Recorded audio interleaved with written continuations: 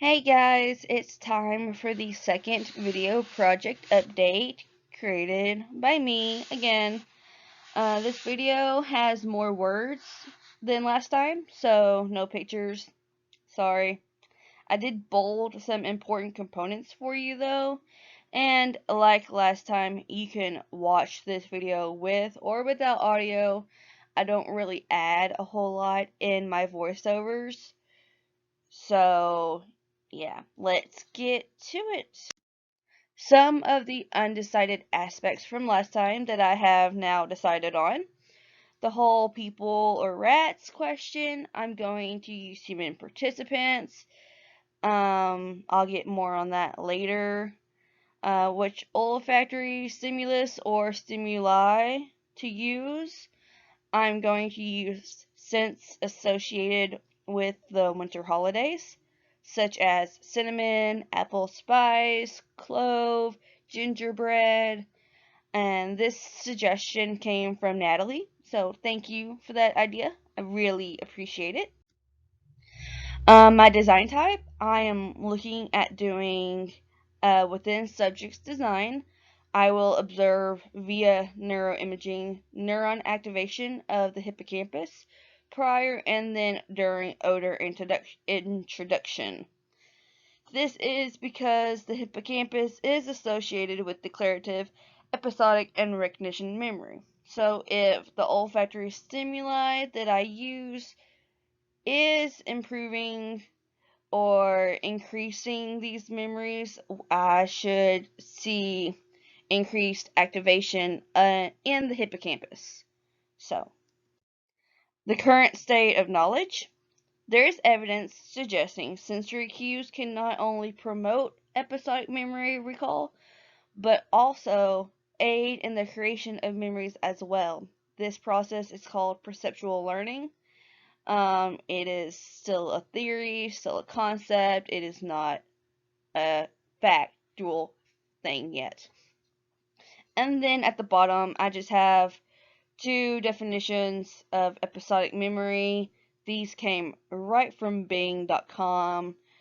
You can also find them in Google. So you can pause the video if you would like to read these. There's just a little extra for you there. Apart from the one study that I found involving rats, most of what is known about sensory cues and memories involve human participants, which is why I am choosing to use humans over rats. Also, based on some of the feedback I get from you guys, which did point out that humans can give feedback to the experiment and the study while rats cannot. It's also another benefit. So thank you guys for your feedback and your suggestions. I am choosing to go with the humans. Nothing against the rats, going with the people. The key players in this research are, of course, the people. Out of the 10 sources I have, I did omit one while writing my bibliography. After more in-depth reading, it just wasn't in line with what I was studying and what I'm going for, so I did just kind of sweep that one up under the rug, got rid of it. So out of the sources that I have now, the majority uses participants no younger than 50 years old. Um, that is because Alzheimer's disease usually develops in people ages 55 and up. And as I talked about last time, a lot of these studies that involve memory recall and memory issues incorporate and use participants that have Alzheimer's disease. Some studies out there may incorporate people with early onset Alzheimer's disease. These people tend to be in their 30s and 40s. None of the studies I have utilize these individuals. The only study that did incorporate early onset Alzheimer's was the one with the rats, and they were specially engineered to have early onset Alzheimer's. Gaps in the knowledge. The majority of works I've studied on this topic involve studies incorporating olfactory cues, such as, their smells and odors. One study, the rats, used a visual cue in the form of a light. That was the only one I found that didn't use an olfactory cue. In my literature search for sources, I did not find any incorporating the other senses. No sense of touch, sound, taste. So that is a big gap that I found, and I'm really curious to see how studies incorporating these other senses would pan out. All of the studies I found used adult participants, which by definition is 18 and up. Most used participants much older than 18. Um, None of the studies used children participants, even though some memories. Sorry if you can hear my clock singing now. Anyway, back to it. None of the studies used children participants, even though some memories were called and some of the studies were from childhood. I believe children could be used in this type of study if the concept of perceptual learning is indeed true. Why do I believe this? Because based on my understanding of perceptual learning, it is that it occurs subconsciously and thus we are not aware of its happenings.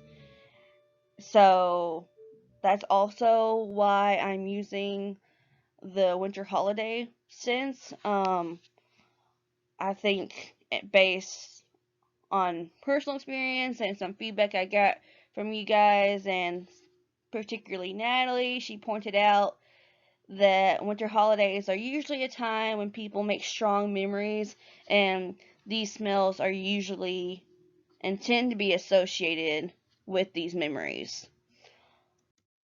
My hypothesis at the time, you guys tell me if I should change it or tweak it in any way, is episodic memory recollection will be enhanced through the use of an olfactory cue in the form of a mixture of winter holiday scents. So I plan to not just use the scents individually, but kind of mix them together almost like you would experience if you walked into, say, a candle shop or something during the winter holidays. You have all of the holiday scents and smells all kind of mixed and mingled together. So kind of that sensation. That's all I have for this time. Guys, let me know if you have any ideas or suggestions. I know this is kind of an odd way to be doing a project like this, as Dr. Sikorski has mentioned. Um, So, if any of you want to start like a group chat or something, I am open to it and willing to do so. Me and Natalie text back and forth and throw out ideas from time to time, and I know that is helping me a whole lot. So, if something like that would also be beneficial and helpful to you guys, then maybe we could start something like that. Uh, anyway, until next time, bye!